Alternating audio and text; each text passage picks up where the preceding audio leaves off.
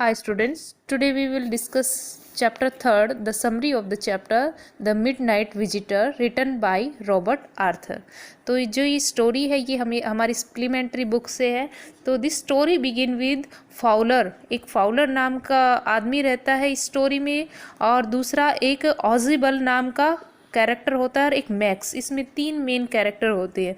तो Fowler is surprise to see a secret agent Ausable. Fowler होता है वो ऑजिबल एक सीक्रेट एजेंट होता है और वो एक होटल में रुका होता है। और फॉलर समझता है कि ये सीक्रेट एजेंट है तो ये बहुत ही मतलब फुर्तीला होगा और ये माइंड के तौर पे भी बहुत स्मार्ट होगा। लेकिन जैसे ही फॉलर ऑजिबल से मिलता है तो ये एकदम इसके अपोजिट होता है। वो बहुत फैट होता है और उसमें इतना दिमाग भी नहीं रहता। तो दोनों होटल में मिलते हैं तो फॉलर है वो बहुत सरप्राइज हो जाता है कि ये सीक्रेट एजेंट किसी तरह से भी सीक्रेट एजेंट नहीं लगता। तो दोनों बातें करते रहते हैं। तो ऑजिबल है वो फॉलर को एक होटल के एक रूम में लेके जाता है और वो लोग बिना मतलब स्मार्ट की से दरवाज़ा खोलकर उस रूम में चले जाते हैं। तो वहाँ पे देखते हैं वहाँ पे मैक्स होता है जो गन को लिए खड़ा होता है और उसके हाथ में जो जिस मिशन के लिए सीक्रेट एजेंट काम कर रहा है उस एक रिपोर्ट होती है, उसके लिए काम कर रहा होता है।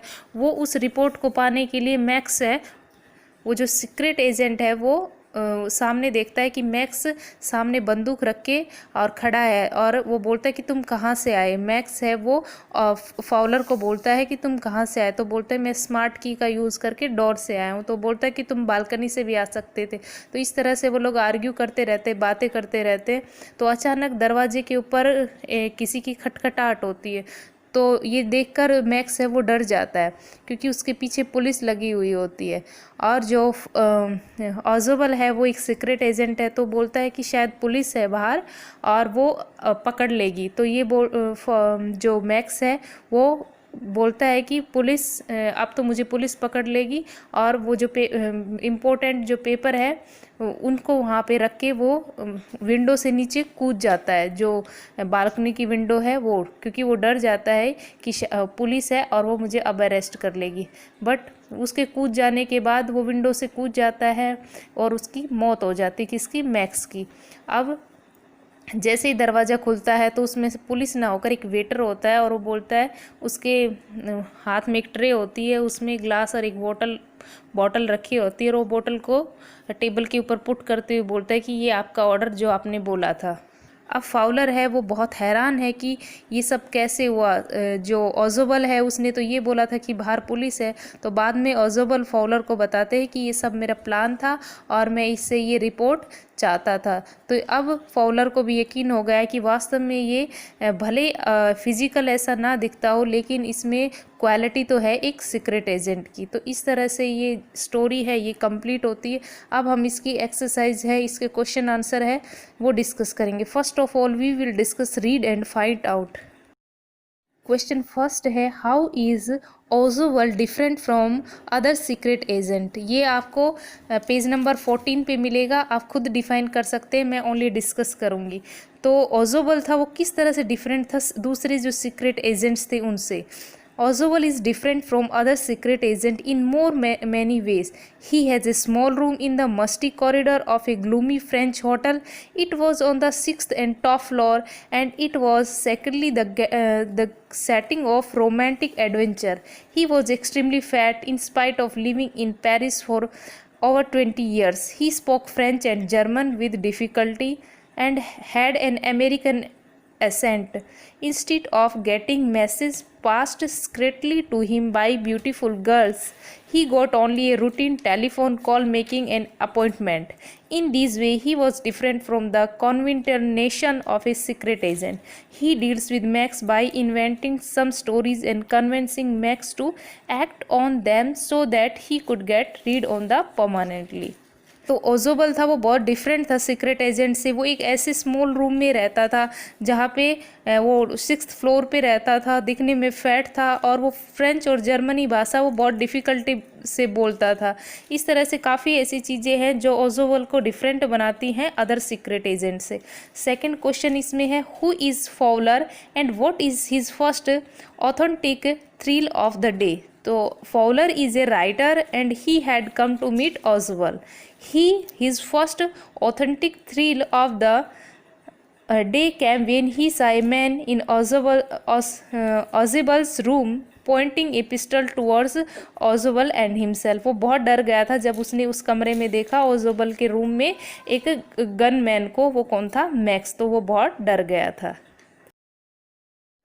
How has Max got in? Max has got into the room using a pass key or master key. You can see in your textbook page number 15.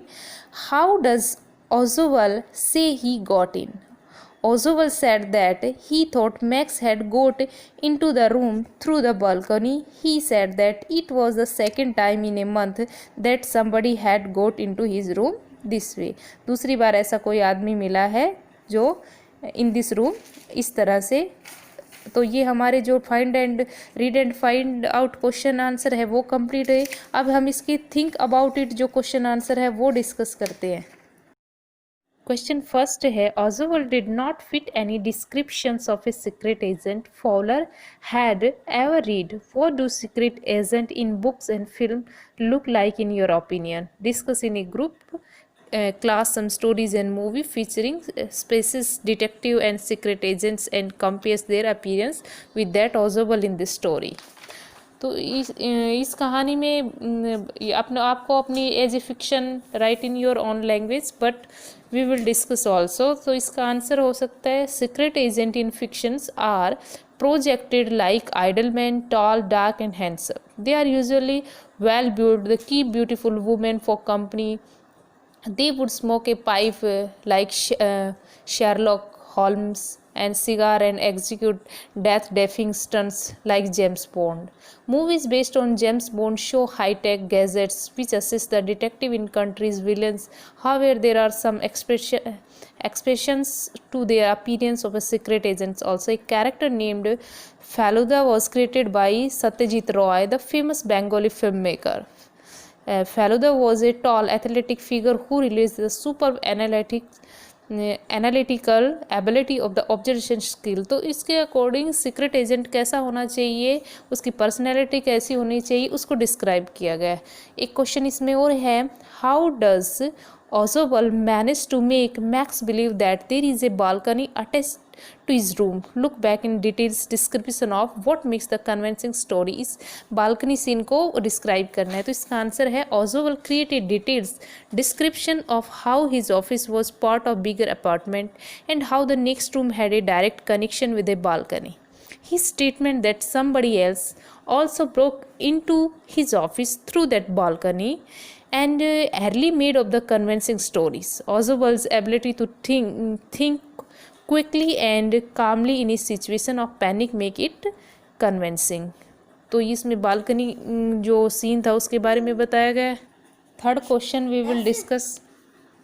Question third we will discuss only. Looking back at the story, when do you think Oswald thought up his plan for getting rid or Max? Do you think he had worked in the plan details right from the beginnings, or did he make plan taking advantage of events as they happened? No, I did not think he had worked out plan details clearly. He took advantage of events as that happened. Oswald made up a story of the balcony outside the room, and as there was a knock at the door, he said that it would be police. जैसा कि हमने summary में पढ़ा था कि उसने सिर्फ plan बनाया था ओजबल ने कि पुलिस है दरवाजे के ऊपर। All this made max desperate, और मैक्स है वो परेशान हो गया, निराश हो गया और खिड़की से कूदकर उसने जान दे दी। तो ये हमारा लेसन है, ये यहाँ पे कंप्लीट होता है और आपको पूरी एक्सरसाइज नोटबुक में लिखनी है और लर्न करनी है। अब हम इसका ये जो हमारे पेपर पैटर्न में है पोइट्री कॉम्प्रीहेंशन अनसीन, उसको थोड़ा डिस्कस करते हैं। देखिए student, poetry comprehension unseen poems होती क्या हैं, पहले मैं उससे आपको इंट्रोड्यूस कराती हूँ। तो जिस तरह से आपका पैसेज अनसीन होता है वैसे पोइम भी अनसीन होती हैं, कहीं से भी वो पोइम आ जाती हैं। तो आपको एक पोइम का पूरा पैरा ये दिया गया होगा स्टेंजा, और उसमें क्वेश्चन होंगे और आपको वही क्वेश्चन लिखने हैं, उनके आंसर पोइम में से सर्च करके आपको आंसर लिखने। तो हम इसके कुछ एग्जाम्पल करेंगे जिससे आपको क्लियर हो जाएगा कि किस तरह से एग्ज़ाम में पोएम है वो आती है। तो ये हमारी प्रैक्टिस हो जाएगी। उसके लिए हम एक एग्जाम्पल के थ्रू इसको सीन करेंगे, इसको देखेंगे, इसको रीड करेंगे। इस तरह से देखो पोएम दी है। Read the following poem carefully and answer the question given below. O sweet content that turns the laborious sweets to tears of joy and shine the thrust face. How often have I sought you high and low, and found you still in some long quiet place, here in my room, when full of happy dreams, with no life heard beyond that merry sound of moths that on the lighted ceiling kiss their shadow as they dance and dance round, or in a garden on a summer's night, when I have seen the dark and solemn air blink with the blind bat's wings and heaven's bright face twist with the stars that shine in thousand there. Written by William Henry Davis. तो ये एक poem है, इसको हम deeply read करना है। और अब इसमें कौन कौन से क्वेश्चन बन रहे हैं विद आंसर हम डिस्कस करते हैं। क्वेश्चन फर्स्ट है, what does the poet mean by no life heard. तो इसका मीनिंग क्या है। No life heard means the poet means that no sound from living creature is heard, कि कोई साउंड नहीं सुनी गई है लिविंग क्रिएचर के द्वारा। नेक्स्ट है, why do you think has the poet mentions the labourer.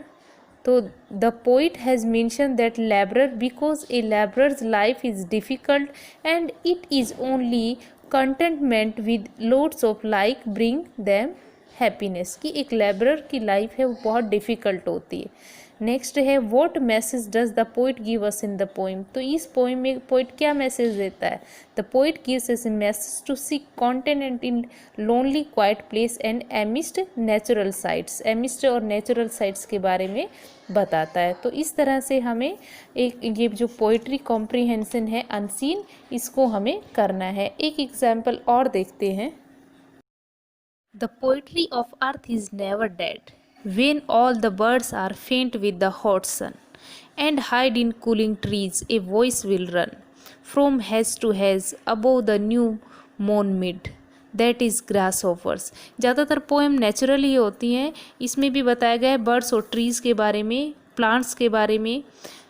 Grasshoppers he takes the lead, in summer luxury he has never done, with his delight for when tried out with fun, he rests at last beneath some pleasant weed.